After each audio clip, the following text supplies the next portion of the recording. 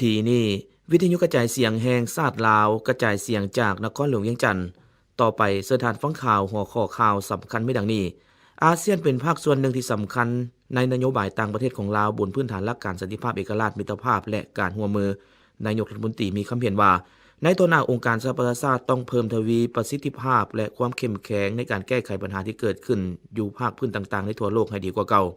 สภาพตักแตนทำลายผลปลูกของชาวเกษตรกรเมืองพลทองแขวงหลวงพระบางเสียหายหลายกว่า800เฮกตาร์ดัชนีผู้บริโภคได้สมใช้ผลิตภัณฑ์ต่างๆของเวียดนามในเดือนกันยายนนี้คาดว่าจะสูงขึ้นโดยเฉพาะคงเขตการขนส่งการค้าและน้ำมัน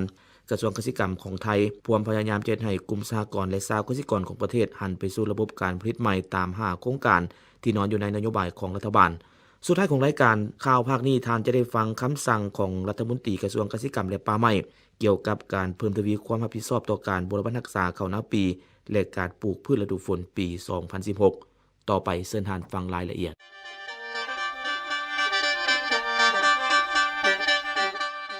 อาเซียนเป็นส่วนหนึ่งที่สำคัญในนโยบายต่างประเทศของลาวบนพื้นฐานหลักการเพื่อสันติภาพเอกราชมิตรภาพและการร่วมมือนับแต่มือเข้าเป็นสมาชิกอาเซียนปี 1997 เป็นต้นมาลาวได้เข้าร่วมเคลื่อนไหวอย่างตั้งหน้าในขอบการร่วมมือภายในอาเซียนและภายนอกก็คือขอบการร่วมมือในภาคพื้นที่เกี่ยวข้องกับอาเซียนซึ่งเป็นท่าแห่งหนึ่งที่สำคัญประกอบส่วนเข้าในการพัฒนาเศรษฐกิจสังคมของลาวท่านบุญยังวรจิตประธานประเทศยกให้เห็นในโอกาสกล่าวไขกองประชุมสุดยอดอาเซียนครั้งที่28และ29ในต้นเดือนกันยายนนี้ที่นครหลวงเวียงจันทน์ว่าผ่านการจะตั้งปฏิบัติแผนพัฒนาเศรษฐกิจสังคมแห่งชาติ5ปีครั้งที่7นับแต่ 2010-2015 เศรษฐกิจของลาวสืบต่อขยายตัวอย่างต่อเนื่องในต้นปีนี้ลาวได้รับร้องเอาแผนพัฒนาเศรษฐกิจสังคมแห่งชาติ5ปีครั้งที่8นับแต่ 2016-2020 ยุทธศาสตร์การพัฒนาเศรษฐกิจสังคมฮอดปี 2025 และวิสัยทัศน์ฮอดปี 2030 ในใส่สืบต่อพัฒนาเศรษฐกิจสังคมให้เจริญก้าวหน้าเพื่อประกอบส่วนจัดตั้งปฏิบัติวิสัยทัศน์ประชาคมอาเซียน 2025 และเป้าหมายการพัฒนาแบบยืนยงขององค์การสหประชาชาติ 2030 ให้ปรากฏผลเป็นจริงอาเซียนกลายเป็นตลาดและฐานผลิตหนึ่งเดียวที่มียอดผลิตภัณฑ์ภายใน 2.43 พันล้านดอลลาร์สหรัฐในปี 2015 ซึ่งเป็นเศรษฐกิจใหญ่อันดับที่ 6 ของโลกคาดว่าในตอนนี้เศรษฐกิจของอาเซียนจะเติบโตในจังหวะประมาณ 7% ต่อปีซึ่งจะเฮ็ดให้เศรษฐกิจของอาเซียนมีความเข้มแข็งขึ้นกว่าเก่านอกนั้นอาเซียนยังเป็นองค์การจัดตั้งภาคพื้นระหว่างรัฐบาลที่มีลักษณะเฉพาะโดยมี10ประเทศสมาชิกที่มีระบอบการเมืองแตกต่างกันมีความหลากหลายด้านวัฒนธรรมศาสนาภาษาและอื่นๆแต่อยู่ร่วมกันอย่างสันติและมีความกลมเกลียวและร่วมมือกันภายใต้ประชาคมอาเซียนที่มีเอกลักษณ์หนึ่งเดียวและมีวิสัยทัศน์หนึ่งเดียวย้อนแนวนั้นข้าพเจ้าเห็นว่าประชาคมอาเซียนเป็นประชาคมแห่งกะละโอกาสบ่เฉพาะแต่สำหรับประชาชนอาเซียน620 ล้านกว่าคนเท่านั้นแต่ยังเป็นกะละโอกาสสำหรับประเทศต่างๆนอกภาคพื้นอีกด้วยประธานประเทศยกให้เห็นตื่มว่าอาเซียนเป็นองค์การจะตั้งภาคพื้นหนึ่งที่สำคัญได้ผ่านสิ่งท้าทายต่างๆและประสบผลสำเร็จเป็นก้าวๆมาจนกลายเป็นประชาคมอาเซียนในวันที่31ธันวาคมปี 2015 ผ่านมาบรรดาผลสำเร็จของอาเซียนในระยะ5 ทศวรรษผ่านมาแม่นมากผลแห่งการร่วมมือกันภายในอาเซียนและระหว่างอาเซียนกับคู่ร่วมมือภายนอกโดยผ่านกลไกที่อาเซียนเป็นผู้ริเริ่มขึ้นตามวิธีทางอาเซียนสอดคล้องกับจุดพิเศษและลักษณะของภาคพื้นในโอกาสกล่าวปราศรัยต่อกองประชุมสมัชชาใหญ่สหประชาชาติครั้งที่71ที่นครนิวยอร์กของสหรัฐอเมริกาในวันที่23กันยายนนี้ท่านทองลุ้นศรีสุฤทธิ์นายกรัฐมนตรีมีความเห็นบางตอนว่าในตอนนี้องค์การสหประชาชาติต้องเพิ่มประสิทธิภาพและความเข้มแข็งในการแก้ไขปัญหาต่างๆที่เกิดขึ้นอยู่ภาคพื้นต่างๆทั่วโลกให้ดีกว่าเก่าส่วนประเทศสมาชิกขององค์การสหประชาชาติควรให้การร่วมมือปฏิบัติเวียกงานต่างๆร่วมกับองค์การสหประชาชาติอย่างเต็มที่ในนี้สำคัญกว่าหมู่แม่นการปฏิบัติเป้าหมายการพัฒนาแบบยืนยงที่องค์การสหประชาชาติได้รับรองเอาให้มีประสิทธิผลที่สุด องค์การสหประชาชาติต้องได้เพิ่มทวีความเข้มแข็ง ความศักดิ์สิทธิ์ในการแก้ไขปัญหาสำคัญของโลกประเทศสมาชิกขององค์การสหประชาชาติควรให้การร่วมมืออย่างเต็มส่วนควรปฏิบัติพันธะของตนเพื่อแก้ไขปัญหากวมโลกโดยเฉพาะการจัดตั้งปฏิบัติเป้าหมายพัฒนาแบบยืนยงอย่างมีประสิทธิผลและทันการท่านทองลุ้นศรีสุริตยังได้ยั่งยืนถึงเจตนารมณ์และความหมายมันอันแห่งกล้าของลาวในการสืบต่อร่วมมืออย่างเต็มส่วนกับวงคณะญาติสากลเพื่อสร้างโลกให้มีความสงบมีสันติภาพเป็นธรรมและมีความพัฒนาถาวรในต่อหน้าพร้อมนี้ยังยั่งยืนว่าจะร่วมปฏิบัติเป้าหมายการพัฒนาแบบยืนยงที่สหประชาชาติได้รับรองเอาอย่างสุดความสามารถแขวงบุรีคำไซมีความพร้อมแล้วทุกด้านในการกะเกี่ยมจัดงานบุญออกพรรษาปวารณาและการแข่งขันสวงเรือประเพณีประจำปีที่เคยปฏิบัติสืบทอดกันมาแต่โบราณกาลซึ่งจะจัดขึ้นระหว่างวันที่15-16 ตุลาคมนี้กงกับมื้อแรม14ค่ำเดือน11ลาวท่านเคนรองปณีหัวหน้าแผนกแถลงข่าววัฒนธรรมและท่องเที่ยวแขวงบุรีคำไซให้สัมภาษณ์ว่าเพื่อกะเกี่ยมจัดงานบุญออกพรรษาปวารณาและสวงเรือประเพณีประจำปีนี้ให้เต็มไปด้วยบรรยากาศเบิกบานมนต์ซื่นและรักษาได้ความเป็นระเบียบเรียบร้อยเจ้าแขวงบุรีคำไซได้ออกข้อตกลงแต่งตั้ง10อนุกรรมการเพื่อรับใช้ภายในงานซึ่งปีนี้คาดว่าจะมีเรือเข้าร่วมแข่งขันหลายกว่าปีผ่านมาส่วนกิจกรรมจะมีการใส่บาตรหยาดน้ำถวายสังฆทานการแข่งขันสวงเรือประเพณียิงทรายการประกวดเรือไฟงามพิเศษจะมีการแสดงศิลปะวรรณคดีของแต่ละบ้านกลุ่มบ้านและการวางแสดงซื้อขายสินค้าและอื่นๆแขวงพวกเขาก็ได้มีการกะเกี่ยมทางหาโดยเฉพาะก็ไม่ได้มีข้อตกลงก็ตัวแขวงบุรีคำไซว่าโดยการแต่งตั้งประธานกิตติมศักดิ์และประธานจัดงานบุญดังกล่าวนั้นขึ้นมอบให้ทางเมืองปากสันเป็นใจกลางเมืองเทศบาลของแขวงก็ได้แต่งตั้งบรรดาอนุกรรมการต่างๆเพื่อรับใช้ให้แก่งานแข่งขันเรือช่วงประเพณีเรือบุญออกพรรษาประจำปีนี้ถูกต้องตามฮิตของประเพณีดีงามของชาติลาวของพวกเราแน่นอนพวกเราก็มีกิจกรรมที่สำคัญต่างๆอันเป็นหลักก็แม่นการทำบุญตักบาตรหยาดน้ำในมือ15ค่ำกิจกรรมที่เฮาปาบ่ได้ซึ่งจะได้มีการนำของแขวงไปร่วมนอกนั้นก็มีการแข่งขันเมื่อช่วงมี2ประเภทหญิงและประเภทชายพิเศษก็มันจะได้เชิญทางแขวงบึงกาฬซึ่งเป็นการร่วมสร้างสรรค์มิตรภาพระหว่าง2ฝากฝั่งแม่น้ำคลองเพิ่นก็มาร่วมนำทุกๆปีแล้วก็ยังจะมีการประกวดเรือไฟงามนอกนั้นก็จะได้มีการชมศิลปะวรรณคดีท่านเคนโรมานีให้ฮู้ตื่มว่าสำหรับรางวัลชนะเลิศการแข่งขันสวงเรือประเพณียิงทรายอยู่แขวงบุรีคำไซประจำปีนี้จะได้รับขันเจ้าแขวงพร้อมด้วยเงินสด16ล้านกีบรางวัลที่2จะได้รับเงินสด13ล้านกีบและรางวัลที่3จะได้รับเงินสด10ล้านกีบโพนทองเป็น1ใน12เมืองของแขวงหลวงพระบางเนื้อที่ส่วนใหญ่เป็นเขตผู้โดยสูงสันอ้อมหอบไปด้วยผู้พาป่าไม้และมีสายน้ำน้อยใหญ่หลายสายเหมาะสมต่อการปลูกฝังและเลี้ยงสัตว์ผ่านมาประชาชนในเมืองได้สุมใส่ผลิตกสิกรรมเป็นหลักโดยเฉพาะการปลูกและการเลี้ยงให้เป็นสินค้าส่งออกบรรดาเมืองอ้อมข้างและบรรดาแขวงของเวียดนามท่านภูมิแก้ววันดีหัวหน้าห้องการกสิกรรมและป่าไม้เมืองโพนทองให้สัมภาษณ์ว่าการผลิตของชาวกสิกรอยู่เมืองโพนทองส่วนใหญ่เป็นการปลูกข้าวสาลีและปลูกหญ้าเลี้ยงสัตว์ส่วนเนื้อที่นาเป็นมิน้อยโดยรวมแล้วการปลูกฝังของชาวกสิกรเมืองโพนทองเม่นพบความยุ่งยากมาเป็นเวลา3ปีแล้วย้อนการทำลายของตักแตนฝูงไม้ปองเหตุให้ประชาชนหลายบ้านขาดข้าวกินและมีหลายครอบครัวยังสืบต่อพบความยุ่งยากสำหรับปีนี้พื้นที่ที่ตักแตนฝูงไม้ปองเข้าทำลายตัวจริงกวมเอา40บ้านในทั่วเมืองมีพื้นที่ที่ถูกทำลายไปแล้ว800กว่าเฮกตาร์แต่ถ้าสมเทียบใส่การระบาดในปีทำอิฐแมนลดลงประมาณ200เฮกตาร์เนื่องจากภาคส่วนที่เกี่ยวข้องได้เอาใจใส่ฝึกอบรมให้ประชาชนฮู้จักนำใช้เครื่องจักรฉีดยาจากการช่วยเหลือขององค์การจัดตั้งสากลพร้อมทางนำใช้วิธีแบบพื้นบ้านโดยเฉพาะการขับไล่ตักแตนด้วยการใช้มุ้งกวดดังไฟขับไล่และอื่นๆผ่านการปฏิบัติตัวจริงสามารถดับสูญและขับไล่ตักแตนได้ส่วนใดส่วนหนึ่งแต่ปัจจุบันตักแตนยังสืบต่อทำลายผลผลิตและพร้อมอยู่ในระยะวางไข่พวกเราได้ระดมประชาชนเพื่อลงเก็บหรือว่าฆ่าโดยใช้อุปกรณ์แบบพื้นบ้านเช่นว่าเอามุงกว้างหรือว่าดังไฟขับไล่อันที่2มันพวกเราได้นำใช้ทางสารเคมีฉีดพ่นเนาะตามแต่ละจุดบ่อนที่มีความสามารถอันที่3เนี่ยพวกเราได้จุดเซตพื้นเนาะเพื่อดับสูญในเวลาเป็นตัวอ่อน ฉะนั้นในการจัดตั้งปฏิบัติดังกล่าวนั้นในระยะผ่านมาก็ถือว่าเห็นดีได้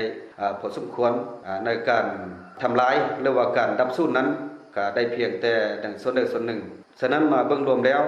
ในการจัดตั้งปฏิบัติในปีนี้พวกเฮาก็มีเห็นว่ามีอันสะดวกและมีอันยุ่งยาก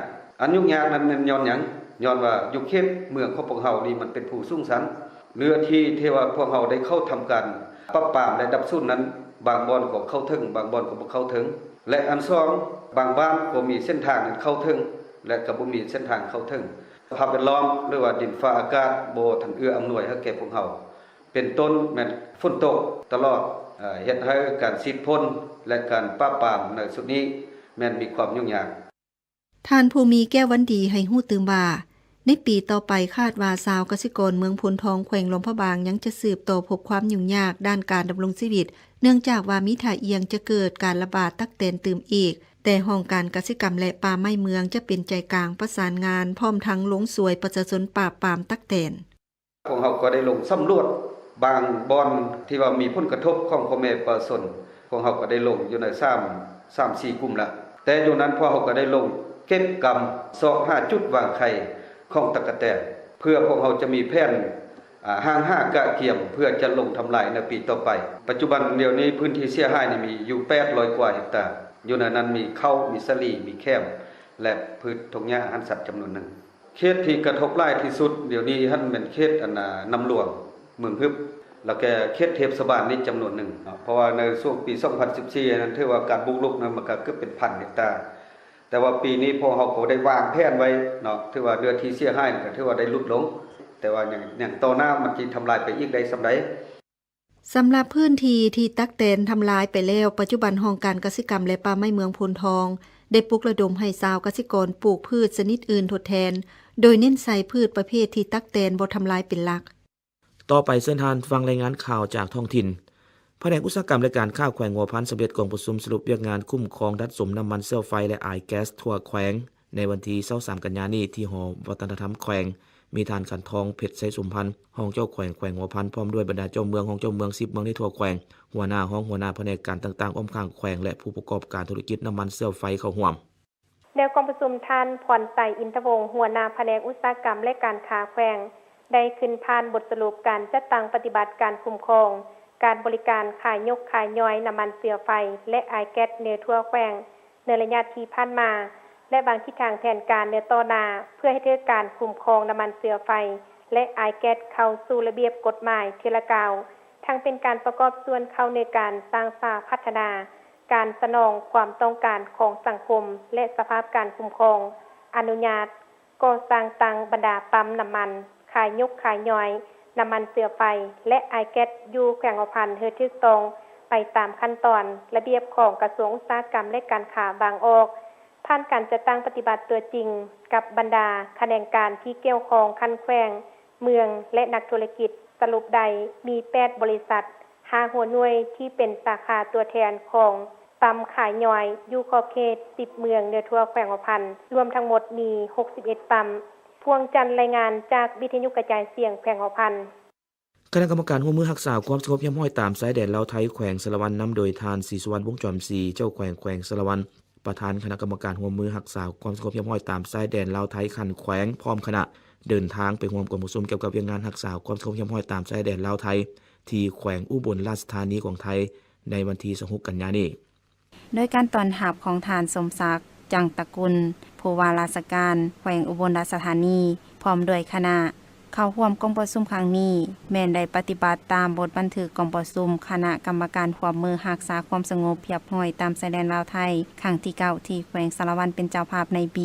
2015โดยตามวาระของกองประชุมแล้วแม่นประกอบมี2วาระคือกองประชุมระดับคณะกองเลขาผู้ประสานงานทั้ง2ฝ่ายลาวไทยสารวันอุบลราชธานีในระดับประธานคณะกรรมการร่วมมือรักษาความสงบเรียบร้อยตามชายแดนลาวไทยในกองประชุมได้มีการทบทวนคืนบรรดาเวียกงานที่ได้มีการร่วมมือเป็นต้นการรักษาความสงบบริเวณชายแดนการแก้ไขปัญหาบุคคล2สัญชาติการพัฒนาจุดผ่านด่านและการจัดสรรระเบียบสัญจรตามบริเวณชายแดนการร่วมมือป้องกันและปราบปรามยาเสพติดและการร่วมมือส่งเสริมทางด้านเศรษฐกิจและปัญหาอื่นอีก เวียงนครราชเกษีนักข่าววิทยุกระจายเสียงแขวงสารวันรายงานท่านผู้ฟังที่เคารพปัจจุบันราคาน้ำมันยังอยู่ในสภาพปกติภายหลังกระทรวงอุตสาหกรรมและการค้าปรับลดราคาขายย่อยน้ำมันกระส่วน160กีบต่อลิตรนับแต่วันที่19กันยายนนี้เป็นต้นมา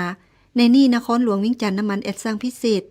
8,350 กีบต่อลิตรแอดซังธรรมดา 7,350 กีบต่อลิตรกระส่วน 6,210 กีบต่อลิตรบ่อแก้วแอดซังพิเศษ 8,450 กีบต่อลิตรแอดซังธรรมดา 7,450 กีบต่อลิตรกระส่วน 6,310 กีบต่อลิตรหลวงพระบางแอดซังพิเศษ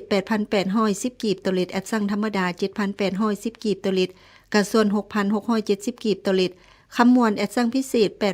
8,380 กีบต่อลิตรแอดซังธรรมดา 7,380 กีบต่อลิตรกระส่วน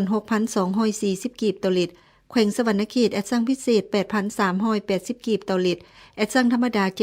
7,380 กีบต่อลิตรกระส่วน 6,240 กีบต่อลิตรจำปาสักแอดซังพิเศษ 8,410 กีบต่อลิตรแอดซังธรรมดา 7,410 กีบต่อลิตรกระส่วน 6,270 กีบต่อลิตรต่อไปเชิญทานฟังข่าวการประจำวันจากวิชาการกรมอุตุนิยมและอุทกศาสตร์บริเวณความกดดันอากาศต่ำยังสืบต่อปกคลุมอยู่ทั่วทุกภาคของประเทศลาวป้องเข้าสู่ลมพายุหมุนเขตฮ้อนเมกิหัวที่17ที่มีจุดศูนย์กลางอยู่เส้นขนานที่ 24.6 องศาเหนือและเส้นแหวงที่ 117.1 องศาตะวันออกพร้อมคันที่ไปทางทิศตะวันตกด้วยความไว20กิโลเมตรต่อชั่วโมงซึ่งลักษณะเช่นนี้ยังจะเห็นให้มีฝนตกฟ้าห้องฟ้าเลื่อมในระดับคอยเกือบทั่วไป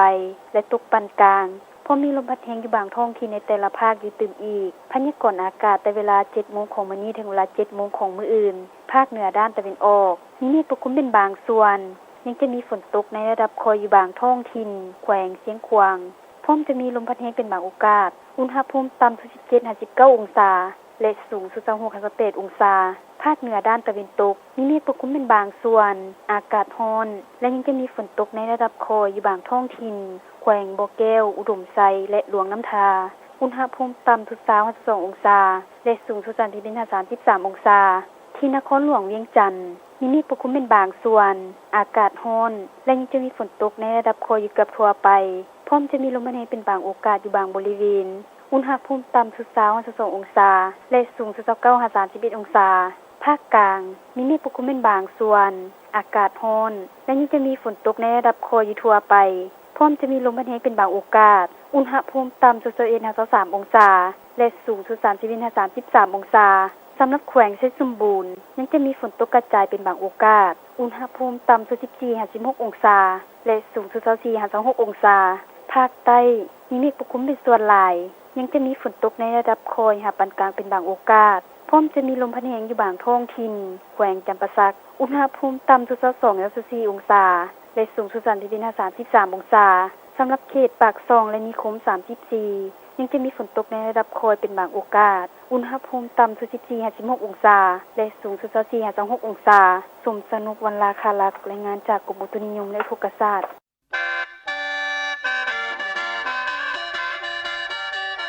การประกอบสร้างเสริมทรงในทางดีมีน้ำใจประหยัดบ่จ่ายฟุ่มเฟือยลิ้นแนวใดเฮาผลิตได้จงพร้อมใจขยายเติมปลูกพืชผลหมักไม้สิไข่พร้อมทั่วหอมเพื่อมาเงินคำพร้อมสิได้อยู่ในกระเป๋า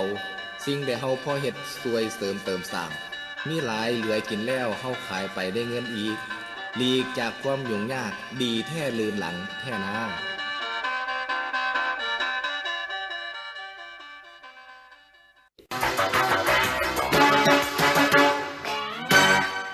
ขณะนี้ท่านผู้มีเกียรติที่ตามรับฟังข่าวจากวิทยุกระจายเสียงแห่งชาติลาวต่อไปเชิญทานฟังข่าวต่างประเทศ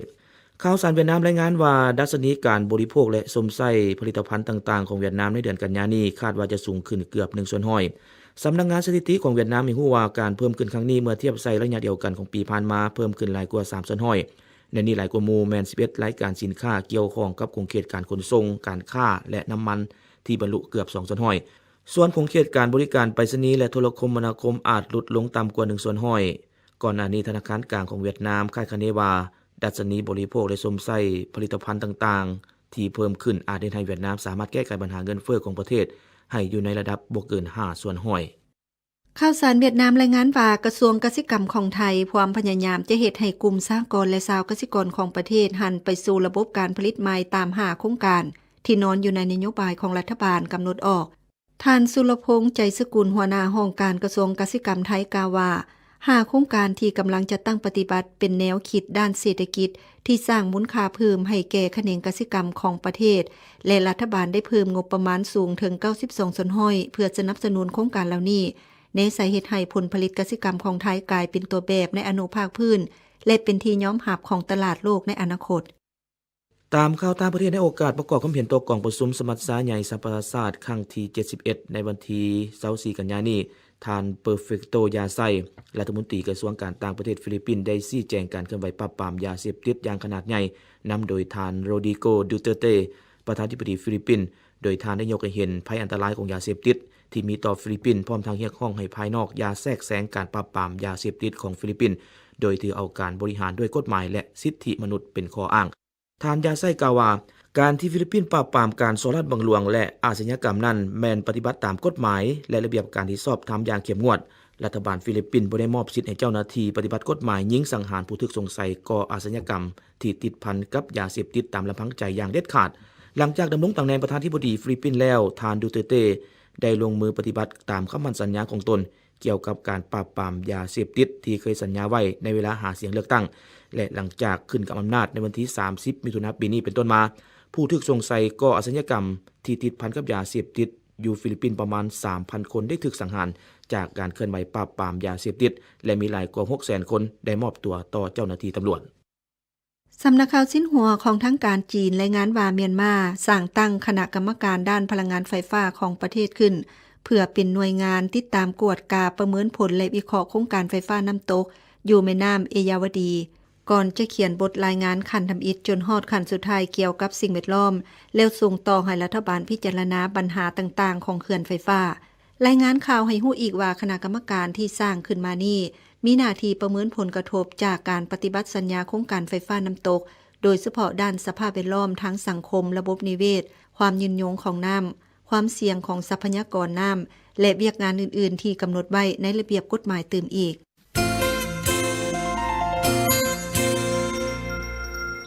ต่อไปเชิญทานฟังคำสั่งของรัฐมนตรีกระทรวงเกษตรกรรมและป่าไม้เกี่ยวกับการเพิ่มทวีความรับผิดชอบต่อการบริหารรักษาข้าวนาปี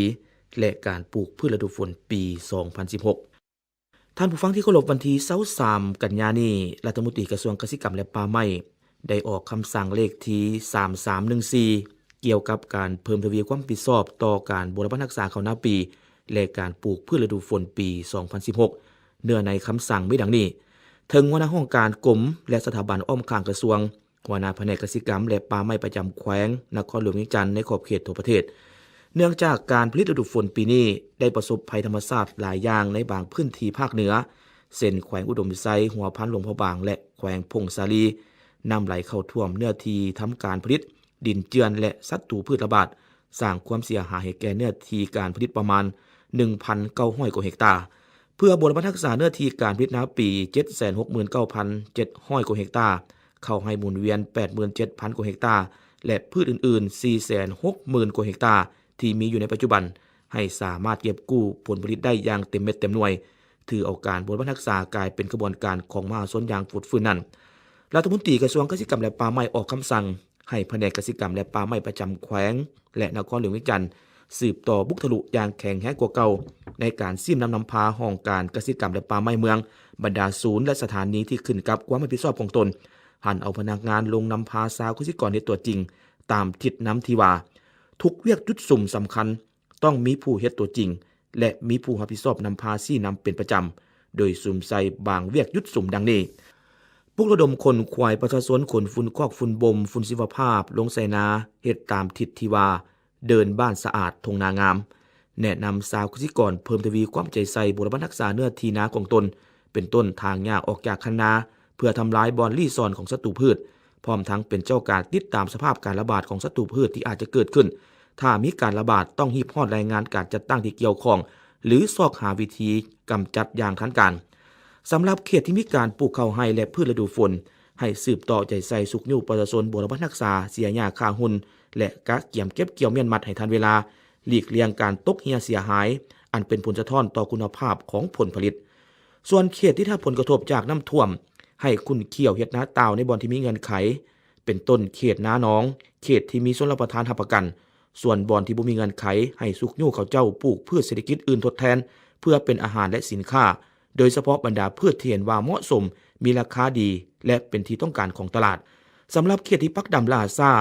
ต้องเอาใจใส่บริหารน้ำให้มีประสิทธิผลเพื่อให้มีน้ำรอเลี้ยงต้นข้าวอย่างเพียงพอพร้อมทั้งปลุกระดมสากุสิกรเอาใจใส่บูรณะรักษาเสียหญ้าค่าหุ้นเพื่อยกสมรรถภาพข้าวนาปีให้ได้เฉลี่ย4ต้น350กิโลต่อเฮกตาร์และในเขตยุดสุ่มให้ได้5ต้นครึ่งต่อเฮกตาร์ขึ้นไปให้แผนกเกษตรกรรมและป่าไม้ประจำแขวงนครหลวงเพิ่มความเอาใจใส่สุกยู่ส่งเสริมโดยกงบางเวียกต้นต่อดังนี้4นำพาเขตจุดสุ่มตัวแบบและบ้านจุดสุ่มพัฒนาที่มีอยู่ในความรับผิดชอบของตนต้องประสานสมทบอย่างกลมเกลียวระหว่างการสร้างเป็นจุดสุ่มและทั่วไปเฉพาะเขตจุดสุ่มต้องรับประกันสมรรถภาพเฉลี่ยบ่ให้หลุด5ต้นครึ่งต่อเฮกตาร์ขึ้นไปสืบต่อเฝ้าระวังการแพร่ระบาดของพยาธิสัตว์เป็นต้นไข้หวัดสัตว์ปีกพยาธิหูกำหมูพยาธิเต้าหูมเลือดงัวควายพยาธิปากเปื่อยลงเล็บและพยาธิท้องเป่งแบ่พร้อมทั้งปฏิบัติมาตรการสกัดกั้นการค้าขายสัตว์แบบบ่ถูกต้องตามสายแดนระหว่างชาติอย่างเข้มงวดเพื่อสกัดกั้นการแพร่ระบาดของพยาธิสัตว์ติดตามและเก็บกำข้อมูลผลกระทบจากภัยธรรมชาติเพื่อฟื้นฟูซ่อมแปลงและสุกยู่ส่งเสริมการผลิตขึ้นใหม่ในเขตที่ได้รับผลกระทบให้ได้รับการแก้ไขทันเวลาติดตามประเมินผลและเลือกเฟ้นเอาบุคคลหรือการจัดตั้งที่มีผลสำเร็จในการแข่งขันเพื่อปฏิบัติการย่องยออย่างถูกต้องเหมาะสมและทันเวลาตามที่ระบุไว้ในดำรัสของนายกรัฐมนตรีเลขที่121/นย.ลงวันที่24กุมภาพันธ์2010สรุปรายงานการผลิตฤดูฝน2016และวางแผนการ2017แล้วนำส่งกระทรวงเกษตรกรรมและป่าไม้ก่อนต้นเดือนธันวาคมปีนี้มอบให้บรรดากรมและสถาบันอ้อมข้างกระทรวงออกคำแนะนำด้านวิชาการเพื่อผันขยายคำสั่งฉบับนี้เข้าสู่พฤติกรรมตัวจริงให้แก้แขนงสายตั้งของตนอยู่ท้องถิ่นเพื่อจัดตั้งปฏิบัติอย่างเป็นเอกภาพและมีผลสำเร็จผ่านการจัดตั้งปฏิบัติมีข้อสะดวกข้อยุ่งยากแนวใดให้รายงานการนำกระทรวงเกษตรกรรมและป่าไม้รับทราบอย่างเป็นปกติเพื่อซอกหาวิธีแก้ไขอย่างทันการคำสั่งฉบับนี้มีผลศักดิ์สิทธิ์นับแต่วันลงลายเซ็นเป็นต้นไปที่ท่านผู้ฟังได้รับฟังผ่านไปนั้นแม่นคำสั่งของรัฐมนตรีกระทรวงเกษตรกรรมและป่าไม้เกี่ยวกับการเพิ่มทวีความรับผิดชอบต่อการบูรณะรักษาข้าวนาปีและการปลูกพืชฤดูฝนปี 2016ท่านผู้ฟังที่เคารพก่อนจบรายการข่าวภาคนี้พวกเขาขอทบทวนขึ้นหัวข้อข่าวสำคัญที่ท่านฟังไปแล้วนั้นอีกเทื่อหนึ่งดังนี้อาเซียนเป็นภาคส่วนหนึ่งที่สำคัญในนโยบายต่างประเทศของลาวบนพื้นฐานหลักการสันติภาพเอกราชมิตรภาพและการร่วมมือนายกรัฐมนตรีมีความเห็นว่าในต่อหน้าองค์การสหประชาชาติต้องเพิ่มทวีประสิทธิภาพและความเข้มแข็งในการแก้ไขปัญหาที่เกิดขึ้นอยู่ภาคพื้นต่างๆในทั่วโลกให้ดีกว่าเก่าสภาพตักแตนทำลายผลปลูกของชาวเกษตรกรเมืองพลทองแขวงหลวงพระบางเสียหายหลายกว่า800 เฮกตาร์ดัชนีผู้บริโภคได้ส้มไส้ผลิตภัณฑ์ต่างๆของเวียดนามในเดือนกันยายนนี้คาดว่าจะสูงขึ้นโดยเฉพาะของเขตการขนส่งการค้าและน้ำมันกระทรวงเกษตรกรรมของไทยพร้อมพยายามจะให้กลุ่มสหกรณ์และชาวเกษตรกรของประเทศหันไปสู่ระบบการผลิตใหม่ตามหาโครงการที่นอนอยู่ในนโยบายของรัฐบาลที่นี่วิทยุกระจายเสียงแห่งชาติลาวรายการข่าวภาคนี้หมดเพียงเท่านี้ไพมณีธรรมวงศาและปองไตเจริญสุขอ่าน